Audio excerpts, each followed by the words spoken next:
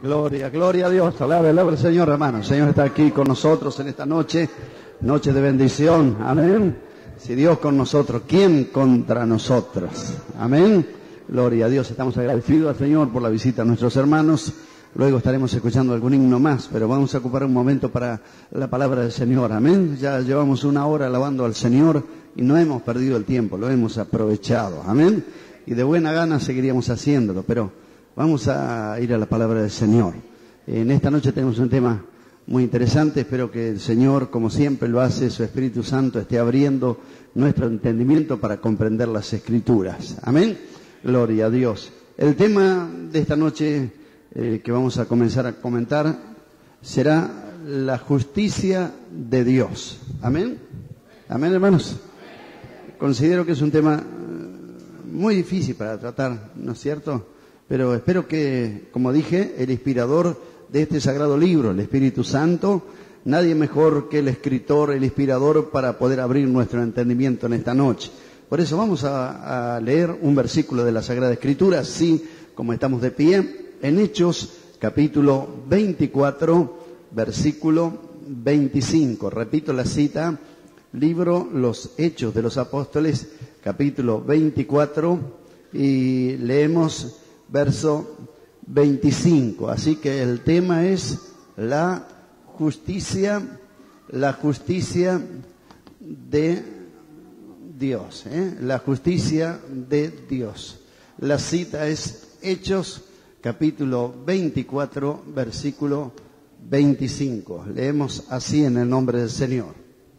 Pero al disertar Pablo acerca de la justicia, del dominio propio y del juicio venidero, Félix se espantó y dijo: ahora vete, pero cuando tenga oportunidad te llamaré. Amén. ¿Podemos decir amén a la palabra? Tomen sus asientos, hermanos. Gloria a Dios. Como dije, creo que quizás muy pocas, o hasta hay posibilidad que algunos hermanos ninguna vez escucharon hablar acerca de la justicia de Dios. Y no es un tema fácil de hablar, porque nuestra mente está impregnada un poco de la justicia humana. Cuando hablamos de la justicia, tenemos el problema de nuestros propios juicios, que generalmente son apresurados, y entonces hablar de la justicia de Dios es algo bastante difícil. Pero yo espero que el Señor nos va a ayudar a empezar a abrir por lo menos una puertita para que en esta noche, aunque ya hemos comprendido, pero quizás para algunos va a ser renovar algunos pensamientos, pero especialmente los hermanos nuevos, los amigos que están llegando a los cultos, ellos pueden entender algo acerca de la justicia de Dios. Entonces, cuando hablamos de la justicia, tenemos una palabra muy sencilla, viene del latín iustitia, esta palabra justicia, que tiene varios significados. La primera que tenemos acerca de la palabra justicia es una virtud innata que nos hace dar cuenta qué es lo que a cada uno le corresponde, ¿no? Así que primero de todo es una virtud innata, ¿no? Algo que está naturalmente puesto en el hombre. Nadie va para hacer un juicio sobre cosas naturales de la vida, nadie va a hacer un curso. Lo hacen los abogados, los jueces, porque hay miles de artículos para tratar de que el hombre que ha equivocado sus pasos pueda recibir una retribución justa, que no sea ni excesiva ni demasiado corta, sino que sea justa. Ellos estudian leyes, procesos, muchos instrumentos para administrar justicia, pero la palabra justicia primeramente se aplica a la virtud innata, que es algo que ya está en el corazón del hombre, ¿no? Que cada uno tiene para saber qué es lo que corresponde hacer en la vida.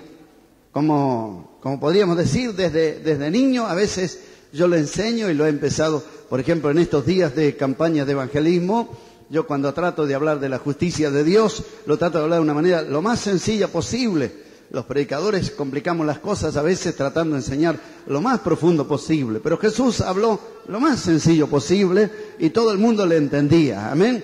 Yo creo que una vez hablé de un predicador si no me equivoco, creo que fue Carlos Spurgeon, que leía sus mensajes, sus primeros mensajes, se los leía a una sirvienta un poquito atrasadita que tenía.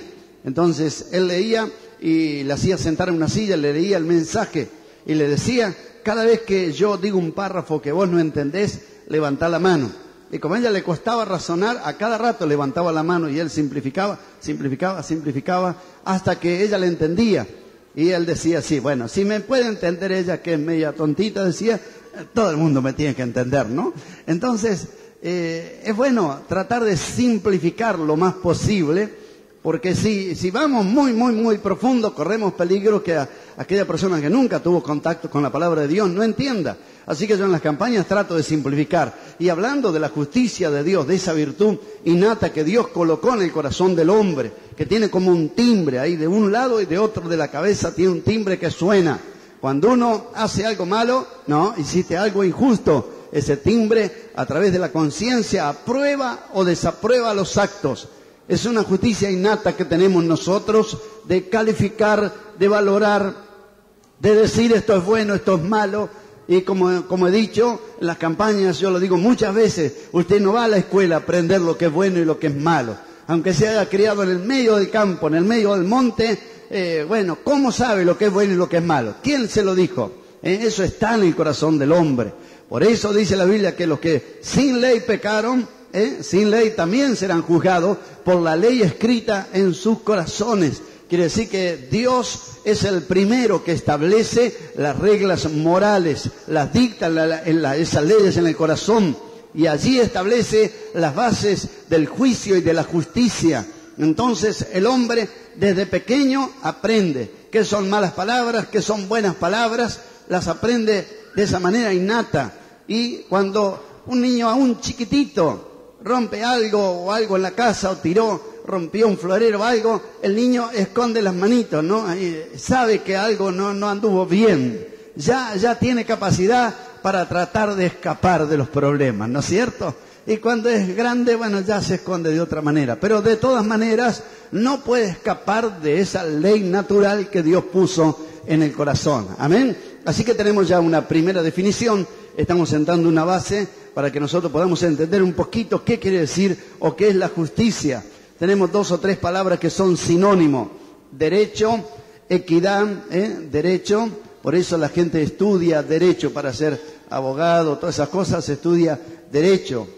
Que si todo ese manejo de artículos que establecen códigos de liberación o de castigo, de prisión, de lo que corresponde a cada uno según lo que haya hecho. Equidad, imparcialidad, muy importante la imparcialidad. En un juicio donde se tiene que administrar justicia, es muy importante la imparcialidad. Porque si uno se lleva por sentimientos de amigos, de esto, de lo otro, estos días el mundo está un poco conmovido, aunque quizás en 2 o 3 días más darán vuelta la hoja y por allí algún cantante, algún artista, algún accidente, algún terremoto ocupará las planas de los diarios y todo el mundo se habrá olvidado. Pero el mundo todavía está conmovido por la ejecución de esta muchacha Carla, ¿no es cierto? En unos instantes más estaremos comentando algo acerca de eso. Pero el mundo ha hecho sus propios paralelos para tratar de comparar si fue bueno o si no fue bueno. Los afectados se quedaron cortos, tenía que haberle hecho sufrir más. No tenía ni que anestesiarla ni que nada, tenía que dejarla que sienta todo el dolor. Los otros, ¿por qué la mataron? Y así, cada uno, según los paralelos que pone al lado para medir, tiene los principios de justicia. Pero en un instante estaremos viendo qué dice la palabra de Dios, cómo debe ser administrada la verdadera justicia, ¿no? Así que tenemos imparcialidad. Quiere decir que el que está administrando justicia no tiene que considerar si es amigo, no tiene que considerar si es pariente, nos conocemos de chico. No, en un juicio esas cosas deben quedar de lado. Si es rico, si es pobre, debe ser tratado igualmente por la justicia. Amén. Lo que va arrimado allí o relacionado con la justicia es pronunciar sentencias. Así que tenemos también dentro de lo que es justicia, pronunciar pronunciar sentencia. Quiere decir que examina, los testigos se presentan, todo eso, y se pronuncia una sentencia o un fallo. También se le llama eso castigar dentro de la administración de la justicia, castigar delitos. El castigo de los delitos es algo que corresponde a la justicia. Hay otros modos de administrar justicia que no son los correctos, los que a veces los jueces tienen bastante dificultad porque aparecen delante de los hombres justos o como justicia, pero no todas las veces anda de acuerdo a la justicia. Como se dice, todo lo legal no quiere decir por eso que es recto delante de Dios, ¿no? No todo lo legal es justo, como la gente piensa. Bueno, como he dicho otras veces, uno puede tener habilitado un boliche, un hotel de mala fama, y él puede decir, no, pero yo tengo habilitación, tengo todas las cosas como dice la justicia, pero no es justo delante de Dios la actividad que allí se desarrolla, ¿no? Otro tiene habilitación para tener un boliche y dentro del boliche da bebidas a menores y esto y lo otro. Puede decir, yo tengo toda habilitación, tengo matafuegos, salida de emergencia, cumplo con todos los requisitos municipales. Está legalmente establecido, pero no es justo delante de Dios las cosas que allí adentro se hacen, se enseñan o se practican. Así que estaremos viendo eso también en el nombre del Señor. Luego está lo que se llama hacer justicia por mano propia, ¿no? Así que hay otra justicia que es por mano propia. A esa justicia por mano propia se le llama, es sinónimo de venganza, A eso usted busca esa palabra justicia por mano propia, entonces tiene venganza. Así se le atribuye a esa palabra venganza. Cuando alguien entró por allí, está robando un negocio y le dice, deme el dinero. Y el comerciante, sí, cómo no. Y abre el cajón y en vez de sacar la plata, ¡pum!, saca un revólver y lo mata. Eso se llama hacer justicia por mano propia, ¿no? Hay un poquito de diferencia con defensa. Sí, la defensa que uno hace, una defensa personal cuando es agredido. Pero hay una pequeña diferencia. Pero hay una justicia que se llama por mano propia, que es venganza. Ahora sí vamos a ver qué dice Dios en su palabra. Amén.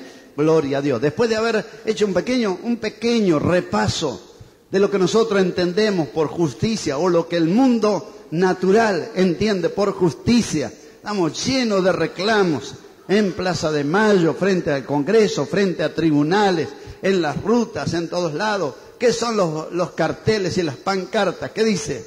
Queremos justicia, ¿no? Queremos justicia. Pero es fácil pedir justicia cuando se relaciona con los problemas que otros tienen, con los delitos que otros han cometido. Es fácil pedir justicia, ¿no? Yo conté una anécdota acerca del perdón, cuando un muchacho, más o menos un caso bastante parecido, como de esta muchacha Carla, lo habían condenado a la horca, un muchacho de 18 años, y era un tiempo en que el patíbulo se ponía allí públicamente en la plaza y armaban el tablado y ahí armaban la horca. Y cuando ya habían subido al muchacho y le habían puesto la soga al cuello, el que oficiaba de juez dijo en una manera burlona, sarcástica, dijo, pero no hay nadie que se atreva a defender a este muchacho. Dice, todos piden que lo cuelguen, no hay nadie que esté a favor de él. Y se reía del muchacho. Y por allí se levantó una mano entre la multitud y se hizo un silencio en medio de todo aquel griterío, que lo cuelguen, que lo ahorquen. Se hizo un silencio tremendo. Hasta el mismo juez quedó sorprendido, dijo, pero ¿quién es el que se atreve siquiera a pedir algo en favor de este criminal? Dijo, ¿no? Y allí, abriéndose paso entre la multitud, apareció una mujer de cabellos blancos llorando. Dijo, ¿cómo usted se atreve a pedir perdón por este muchacho? Y la mujer dijo, es mi hijo, Señor. Dijo, ¿no? Solamente el corazón conmovido de aquella madre podía pedir perdón. Lo amaba tanto que estaba dispuesta a morir en lugar de su hijo, ¿no? Ahora sí, vamos estableciendo y vemos cómo dan vuelta las cosas en nuestra mente y en nuestro corazón. Hay una justicia que en la mayoría nosotros pensamos si es o no es la justicia que la gente pide. Vamos a ver qué es la justicia que la gente pide. Mateo 6:1, ya comenzamos entonces el comentario bíblico en el nombre del Señor. Amén. Mateo capítulo 6, versículo 1.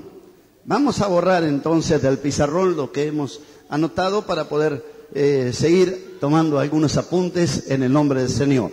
Ya le hemos enseñado los hermanos nuevos, cuando vienen los días de estudio bíblico, usted puede traer un cuadernito, una libreta y anotar, no solamente cuando los da el pastor, siempre hay hermanos que nos traen estudios bíblicos de la palabra.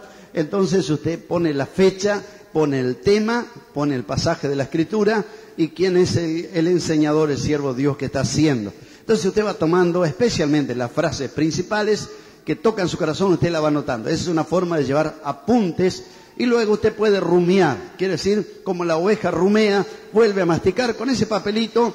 Usted en su casa, cuando no sabe dónde leer la Biblia, lo encuentra allí, lo empieza a leer y el Señor le va a volver a hablar mucho más. Amén. Porque yo estoy limitado, pero el Espíritu de Dios no está limitado.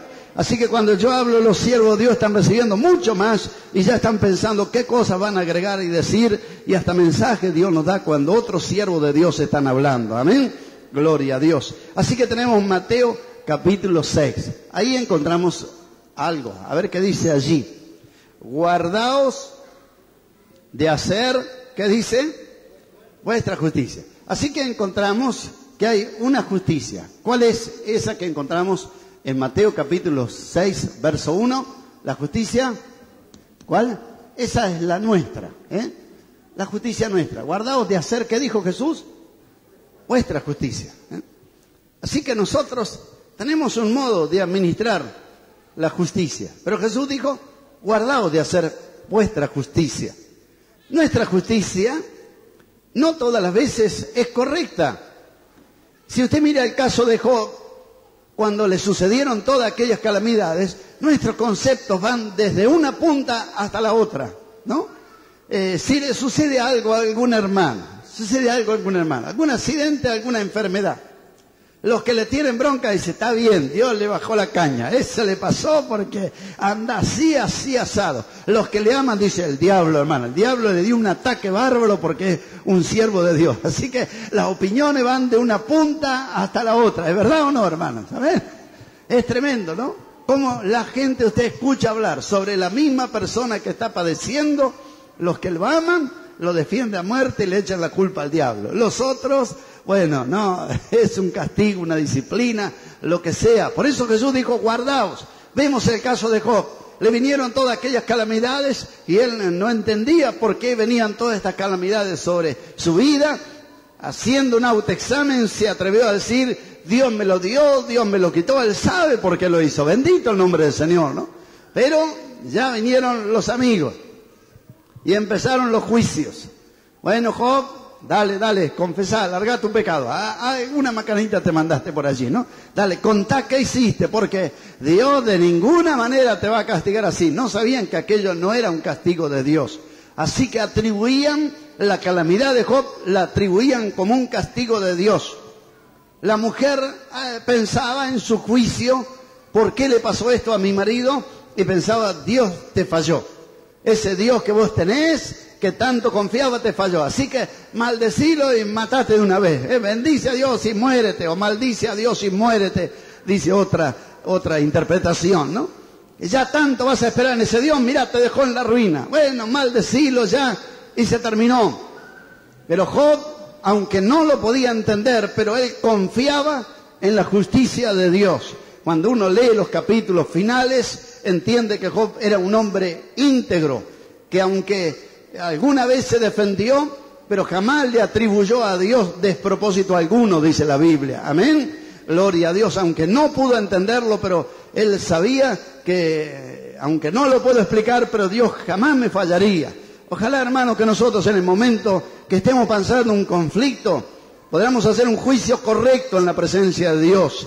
Aquel juicio que nos dice en 1 Corintios 11, al tomar la Santa Cena o antes de tomar la Santa Cena, cada uno pruébese a sí mismo. Haga un juicio de sus obras Y si algo no anduvo bien allí inmediatamente, Señor, no debía haber hecho esto, lávame en tu sangre, perdóname. La sangre de Cristo lo limpia. Tiene problemas con un hermano, va y le pide perdón. ¿Para qué? Para que no vaya a ser que el Señor tenga que castigarnos para que un día no seamos condenados con el mundo, ¿no? Así que uno tiene que hacer ese examen frente a las calamidades. Señor, ¿por qué quedé sin trabajo? No daba mi ofrenda, no daba mi diezmo, no cumplí, Señor, fallé. Si en algo fallé, Señor, perdóname, límpiame. Señor, yo estuve cumpliendo con todo esto, ¿por qué quedé sin trabajo? Uno tiene que hacer un examen en la presencia de Dios. Problemas económicos, problemas de salud. Hacer un examen correcto a través de la palabra, no estableciendo nuestra propia justicia, sino la justicia que viene de parte de Dios, lo que Dios considera en su palabra. Amén. Así que si uno mira a Job, allí inmediatamente dijeron, seguramente Job pecó. Miramos Juan capítulo 9, versículos 2 y 3. Allí vemos el segundo caso, Juan 9, capítulo 9, versículo 2 y versículo 3. Allí vemos otro juicio apresurado que hicieron los discípulos de Jesús. Allí en Juan capítulo 9, versículos 2 y 3 dice la Escritura que Jesús vio al pasar un ciego de nacimiento. Le preguntaron sus discípulos, Rabí, que quiere decir maestro, ¿quién pecó? Ya habían hecho un juicio y ya lo habían condenado, ¿no? ¿Quién pecó? ¿Este o su padre para que haya nacido ciego? Jesús le responde, no pecó ni este ni su padre, sino para que las obras de Dios se manifiesten en él. Amén. Así que frente a la enfermedad, a nosotros nos pasa como a los discípulos de Jesús, ¿no? Enseguida atribuimos, aunque la Biblia revela entre las muchas disciplinas de Dios, de la desobediencia, manifiesta también una lista de enfermedades, ¿no es cierto?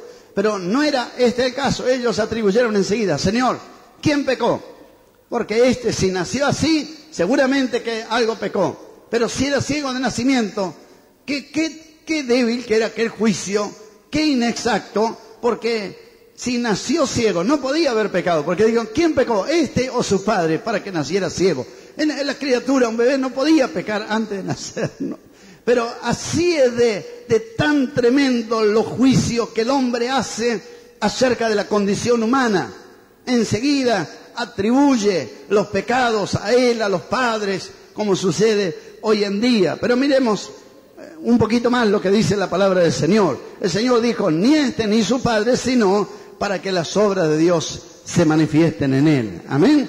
Gloria a Dios. Así que tenemos ya varios ejemplos de cómo el hombre hace juicios apresurados. Miramos un poquito más. Encontramos lo que los siervos de Dios, hasta los ángeles, practicaron acerca del juicio. Leemos en Judas, ahí tenemos un tercer juicio, Judas, Epístola Universal de San Judas, creo que es verso 7, vamos a leer ese versículo. En el nombre del Señor. Yo creo que hay varias, no podíamos decir rangos, sino varias esferas de autoridad espiritual que Dios ha concedido a los ángeles, ¿no es cierto? Nosotros tenemos ángeles, que es la palabra más común, que quiere decir mensajeros. Son aquellos seres que vienen de parte de Dios para transmitir un mensaje al hombre. Son ministros que ejecutan la voluntad de Dios, son los que defienden a los santos, son los que están preparados para venir a buscar a la iglesia también. Dice que enviará sus ángeles a buscar a sus escogidos. Gloria a Dios. Yo sé que los míos están preparados, ¿estás seguro en esta noche? Amén. Gloria a Dios. Si no está seguro, prepárese para ir al encuentro con Jesús. Amén. Gloria a Dios. Pero en Judas, verso 9, yo dije verso 7, pero es Judas, verso 9. En la Epístola Universal de San Judas, verso 9, dice, pero cuando el arcángel Miguel contendía con el diablo, disputando con él por el cuerpo de Moisés, no se atrevió a proferir juicio de maldición contra él, sino que dijo, el Señor te reprenda. Amén. Así que dijimos que hay ángeles que diríamos, bueno, para nuestra mente más finita, que diríamos es el comienzo, ¿no es cierto? O lo más inferior. Inferior a los ángeles son los hombres. Dice que existe un poquito inferior que los ángeles al hombre, ¿no? Está el hombre, los ángeles, luego hay arcángeles, hay querubines y hay serafines. Esto es lo que la Biblia nos revela. No podemos inventar nada, tenemos que leer lo que está escrito. Amén. Gloria a Dios. Los serafines, que así no tienen contacto con el hombre, son de la palabra seraf, que quiere decir ardientes o encendidos. Son aquellos 4 seres que están en la presencia de Dios, que los vio Isaías delante del trono todo el tiempo. Ellos tienen 6 alas, ¿no? Son los únicos que la Biblia menciona que tienen 6 alas. Los demás, aún de los ángeles comunes, más bien tienen apariencia de hombre. Los hombres le han puesto alas, pero generalmente la Biblia no dice que tienen alas. Sí dice que vino un ángel volando con presteza, pero no quiere decir exactamente que tenía alas como las palomas, ¿no? Nosotros le hemos aplicado alas y en nuestra mente la imaginamos y hasta se las dibujamos, y los niños en Navidad y otras ocasiones le ponen alas. Pero en la mayoría de los casos en la Biblia, la aparición de los ángeles tenía apariencia de hombre. Si hubieran visto alas se hubieran dado cuenta, ¿no es cierto? Pero tan parecido al hombre eran que en algunos casos ni siquiera se dieron cuenta que eran ángeles. Y la Biblia hasta dice que algunos, sin saberlo, hospedaron ángeles, ¿no? Si aparece en su casa uno con una tremenda ala, usted se da cuenta, un angelito, gloria a Dios, ¿no? Pero si tiene una apariencia como de un hermano, usted no se va a dar cuenta. Dice que algunos sin saberlo hospedaron ángeles.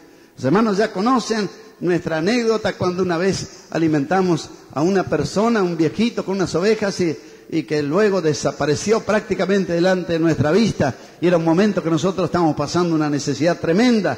De lo único que teníamos, mi esposa le preparó allí un vaso de leche y un sanguchito y comió, y ahí en el instante aquel viejito de ojos celestes, cabello muy blanco, desapareció prácticamente delante de nuestra vista. Y ahí nos dimos cuenta que parece que un ángel vino en aquel momento enviado de parte de Dios para probar nuestra fe. Y eso que Él nos dijo antes de irse, ahora ustedes se van a acordar, van a recibir una bendición muy grande. Hasta ahora duró porque nunca más pasamos necesidad. Siempre Dios nos bendijo hasta para poder ayudar a los demás. Amén. Pero entendemos que en muchas ocasiones hemos tenido la visita de ángeles. Tenemos parientes nuestros que han venido, que ellos nunca vieron y vinieron a darle un mensaje. Otros lo han recibido. Escuché de un hermano que iba en el coche, iba todo el tiempo porque él tenía una lucha muy grande. Iba para su casa conduciendo, pensando qué problema aquí, qué problema allá. Tan decaído que casi no tenía fuerza ni para manejar. Pero en eso, en el camino, alguien hizo seña. Y bueno, dijo, voy a llevar aunque sea para conversar con este hombre. Y resulta que cuando empezó a hablar con él, se dio cuenta que hablaba las cosas de Dios. Y le empezó a hablar, que al hermano le entró una fortaleza tremenda. Iba hablando, que tenga ánimo, hermano, porque pronto va a venir el Señor a buscarnos y esto y lo otro. Y de repente, cuando se dio vuelta para seguir conversando con él, no estaba más. Ahí se dio cuenta que Dios envió en aquella hora un ángel para confortarle. ¿Puede decir amén? El poder de los ángeles es tremendo, ¿no? Un solo ángel destruyó un ejército de los sirios. 185.000 asirios fueron destruidos por solamente un ángel del Señor. Imagínense el poder de los ángeles que están a cargo de esos ángeles, ¿no? Gloria a Dios, a cargo de ejércitos celestiales. Este es uno de los ángeles, para explicarlo así, una palabra común, sin tanta vuelta, de alto rango entre los arcángeles. No solamente es ángel, sino arcángel, que está a cargo de millares de ejércitos delante de Dios que ejecutan la voluntad de Dios. Cuando Daniel oró, en aquella oración, allí este arcángel tuvo una lucha allí en el aire, ¿no? Para ayudarle a Gabriel a vencer, porque Satanás se lo puso 21 días, salió con sus ejércitos el diablo para oponerse que la respuesta no llegara. Pero gloria a Dios, 21 días de lucha, pero venció. No se olvide que Satanás era un ángel también de muy alto rango, era un querubín. Por eso habla del querubín caído en Isaías 14 y Ezequiel 28. Habla del poder de la autoridad. Arrastró aquella tercera parte de los ejércitos celestiales. Parece, no podemos asegurarlo, pero parece que los ejércitos celestiales estarían como divididos en 3 partes. Una parte Gabriel, otra Miguel y otra estaba bajo este querubín. Un querubín grande, protector, un querubín precioso, muy hermoso que Dios creó. Pero en su caída, en su rebelión para tratar de sacar a Dios de su trono, arrastró una tercera parte de los ejércitos celestiales. Y con ello estaba luchando. Pero allí, gloria a Dios, allí aparece Gabriel y Miguel luchando con el dragón. Y gloria a Dios, lo vencen y llega la respuesta por una oración de un hombre. ¿Qué hizo una oración de un hombre? Movilizó casi todos los ejércitos en los cielos. Amén. Gloria a Dios. Por eso tanta razón tenía Santiago cuando dijo: la oración del justo, obrando eficazmente, puede mucho. Amén. Gloria a Dios. Pero encontramos en este caso al arcángel Miguel, tan poderoso, que fue el que venció al diablo para que la oración llegue hasta donde estaba Daniel. Sin embargo, aquí lo encontramos que no solo fue con Daniel. Cuando muere Moisés, aquel Moisés que pasó tantas rebeliones, que hablaban de apedrearlo, que hablaban de volverse atrás, que hablaban de levantar otro líder, que pasó el jefe de las tribus y estar en lugar de Moisés y de Aarón, y tuvieron que poner las varas, como dice Número 17. Después de tanto, allí cuando Dios le dice: sube al monte Nebo y muere, seguramente Dios sabía por qué. Dice la Biblia que Dios lo enterró, ¿no? Así que no lo pudieron encontrar los israelitas, porque seguramente el diablo quería el cuerpo de Moisés, el diablo quería usarlo. Sabía que los israelitas estaban inclinados a la idolatría, y aquel que todo el tiempo le estuvieron cavando el piso, seguramente ahora lo iban a tener como un dios y le iban a quemar incienso y lo iban a adorar.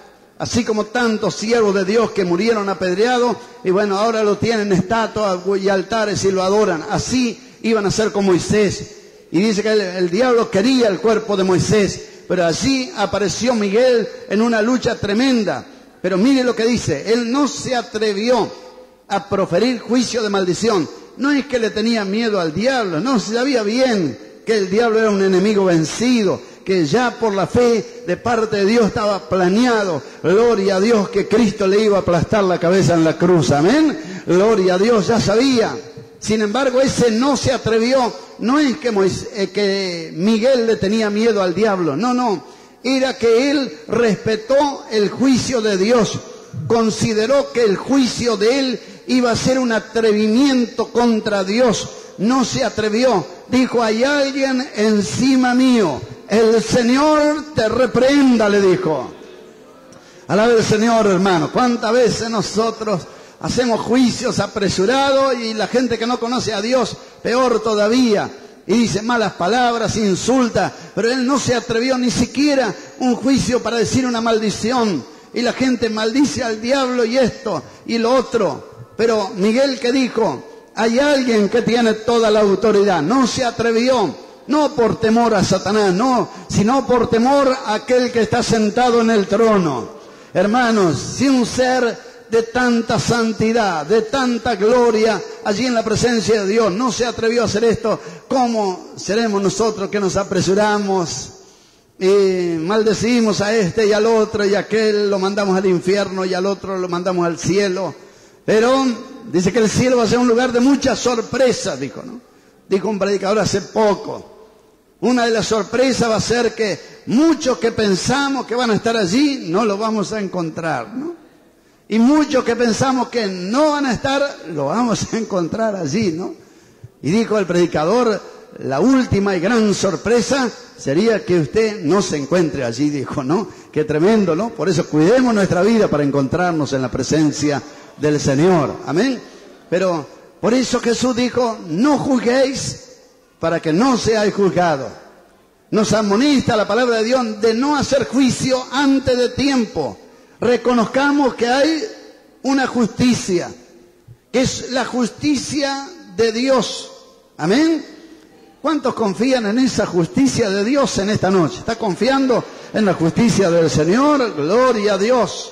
Entonces, sí, ya que confiamos en la justicia de Dios, vamos a leer Jeremías 23:6.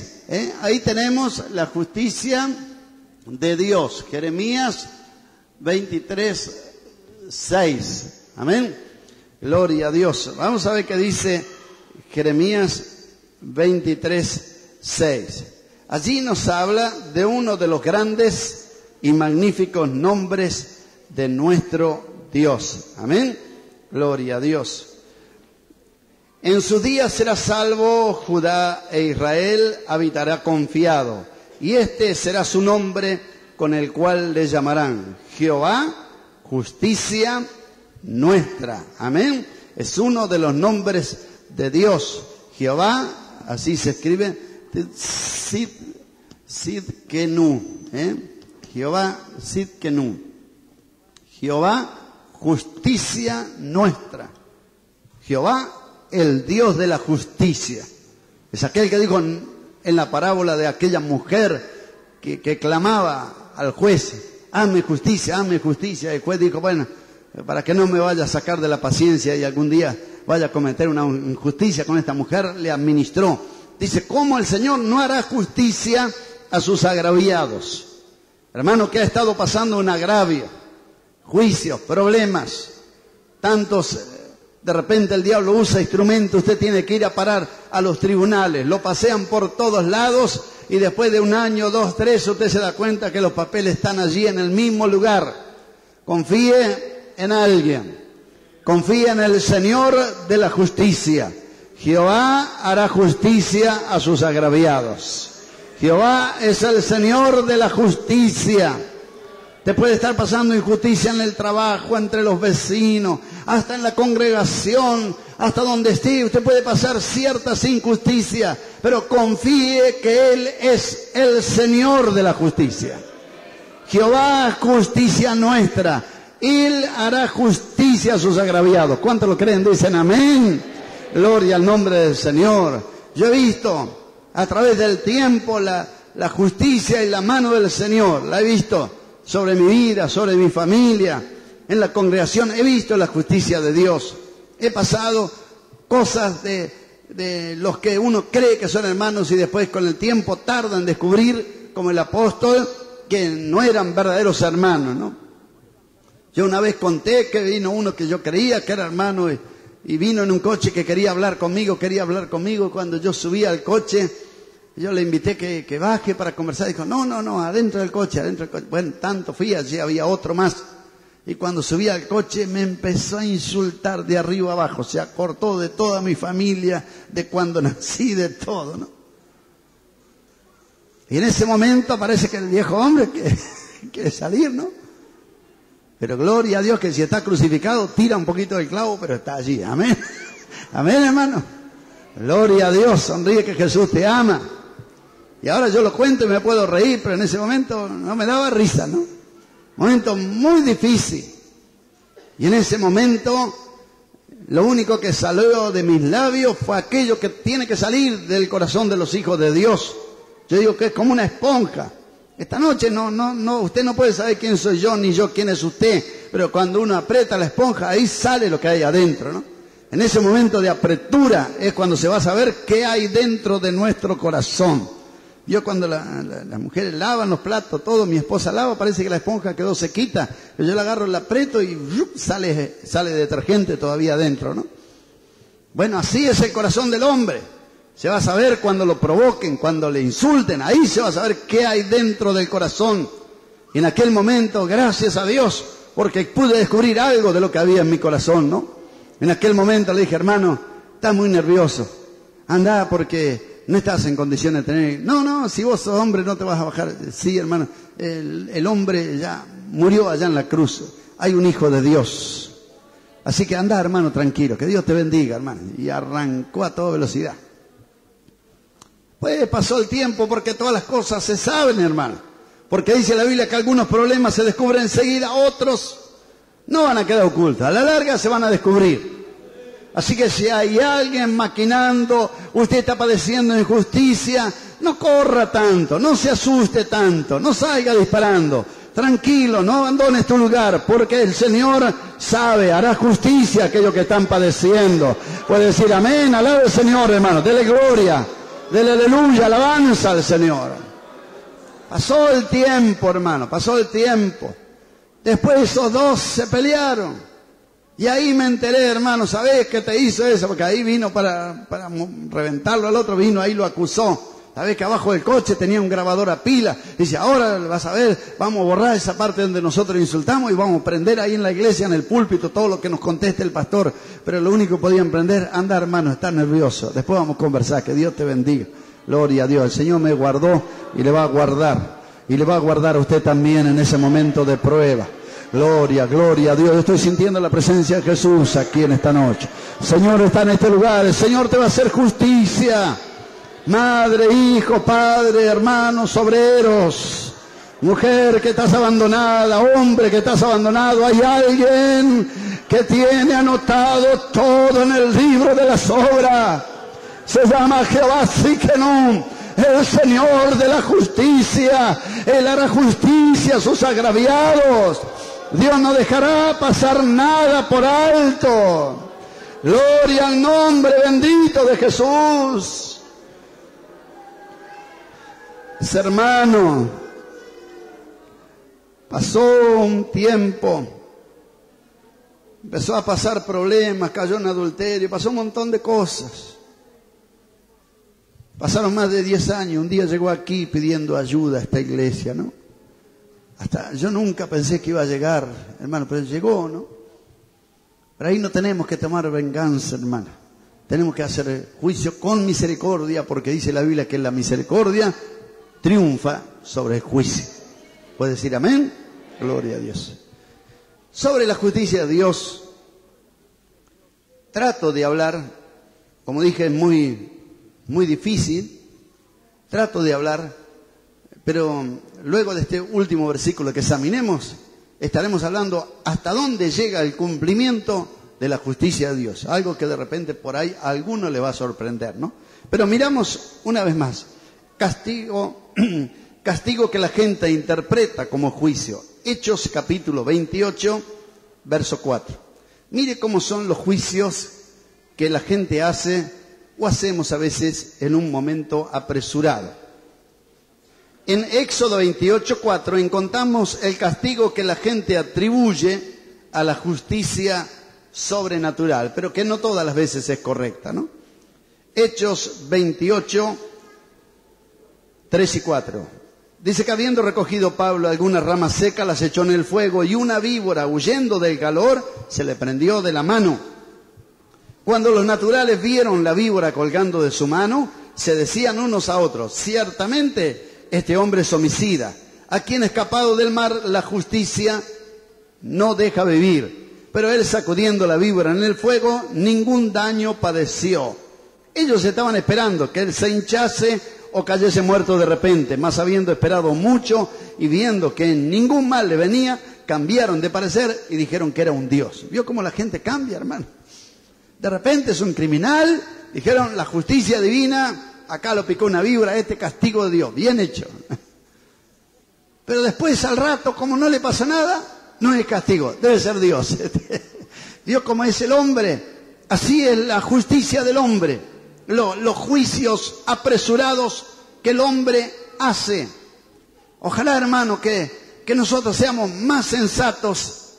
Y si el arcángel Miguel no se atrevió, respetó el juicio de Dios, ojalá que nosotros también tengamos paciencia a esperar el juicio de Dios, no hacer justicia por mano propia, que eso es venganza. Por eso dice la Biblia, airaos y no pequéis, mía es la venganza, dijo el Señor, yo pagaré. Amén, gloria a Dios. Ahora, hablando de la justicia de Dios, abrimos la Biblia en Romanos capítulo 3. Yo creo que nadie como el apóstol Pablo para hablar de la justicia de Dios. Creo que fue un maestro de la justicia, de hablar de la justicia de Dios.